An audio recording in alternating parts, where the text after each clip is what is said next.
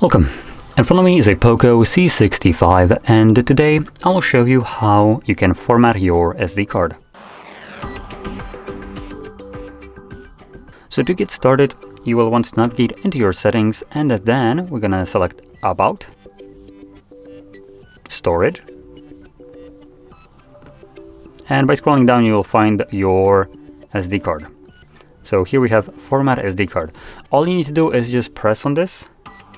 It will bring up this message letting you know that formatting will remove all the data from the card. If you have anything on your card that you would like to preserve, make a backup copy of it before you begin. I do have a lot of the things on here that I don't want to get rid of, so I'm not really gonna format it, but obviously to progress with this, all you would do is just press on the button right here, Format SD card. This will begin formatting process, which only takes a couple of seconds, and once it's finished, the card will be ready to be used once again.